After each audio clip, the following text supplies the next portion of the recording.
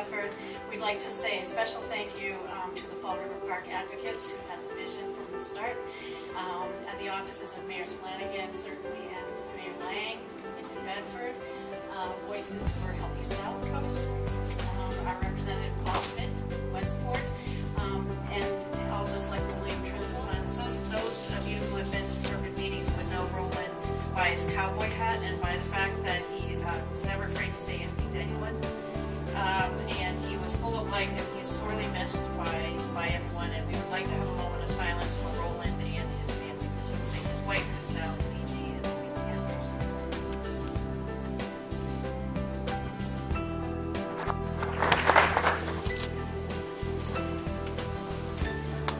Thank you very much for that. Thank you. It's an honor to be with all of you here today. And first, let me say how impressive the gathering is here today. But it's just not the quantity of people that I'm impressed with. It's the quality of the people that are here. We have the various cities and towns from the greater Fall River and greater New Bedford area present. But you also have all the various planning agencies, whether it be Serpent or city and town planners, University of Massachusetts, the sustainability organizations, all gathered here this afternoon. And the purpose is a worthwhile one, to link our various cities and towns through bike path. Including all the UMass campuses, all the proposed South Coast rail stations, and also our city and town centers, and most importantly our schools. So those are the major destinations for bicyclists in our area. And then Brayton Avenue.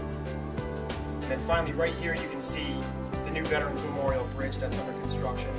So this segment going across the bridge will be complete hopefully within the next 4 to 5 years. And we are now in Fall River, going down along Route 79.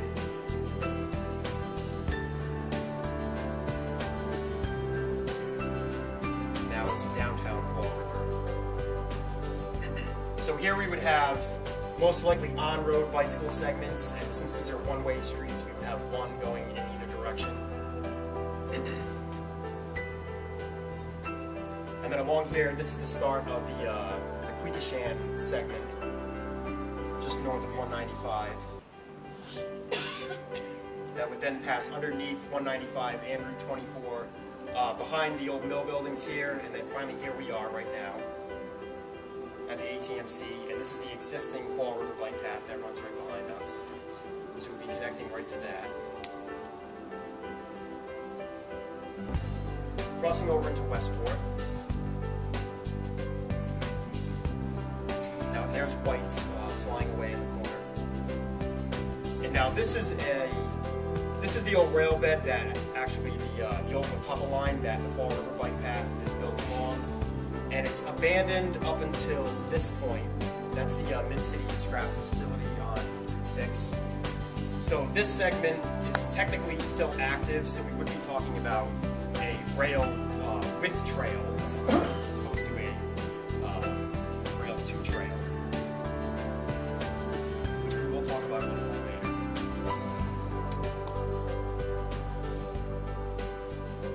Now we're through Dartmouth along that same rail bed, offset to one side of it.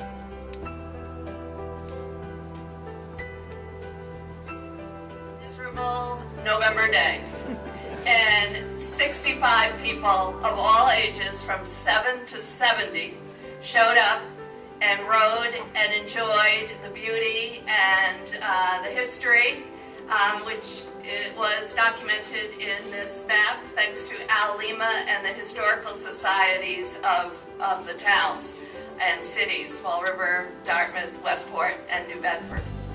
And you know, we were amazed, and I think the feeling we had was, wow, maybe the time has come. And we received a call from Susan Jennings at the university, the Office of Sustainability, and she said, you know, we want to resurrect our bike group. Do you want to get together and meet? We're having Adam from Serpent come down, and why don't we get together? And this is the result. So in spite of the economy, you know, I think the time has come And I think what is great is that we are here to be ready for when things begin to turn around and the money is there. We will be ready to move forward, and we will have already started. So I want to introduce this. When I first received the call, I made sure that I wasn't mistaken for another Michael Sullivan, because first of all, I am not a biker. I haven't been riding a bike, but as I become engaged in the discussions, I started to recognize earlier on in my working life, it used to be my mode of transportation, back and forth to kitchens that I worked in, etc. And at the same time, the Economic Development Task Force here in Westport has begun to re-examine the potential for establishing more concrete pathways to enjoy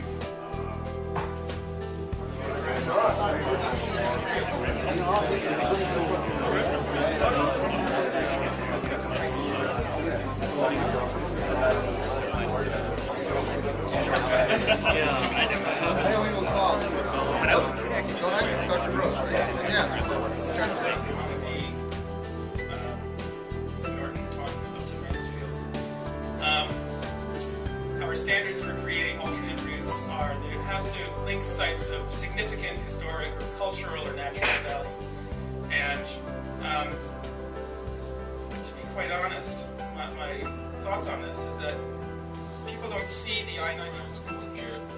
It needs to be reminded of that, but of course I'd be remiss if I didn't include it somewhere in these remarks. Having said that, I think that we are continuing to try to find ways in state government to try to do more with less, to try to be creative about our partnerships, and to continue to advance the agenda, because any government that seeks only to tread water is not a government that is doing its job on behalf of the citizens of the Commonwealth. And so we do very much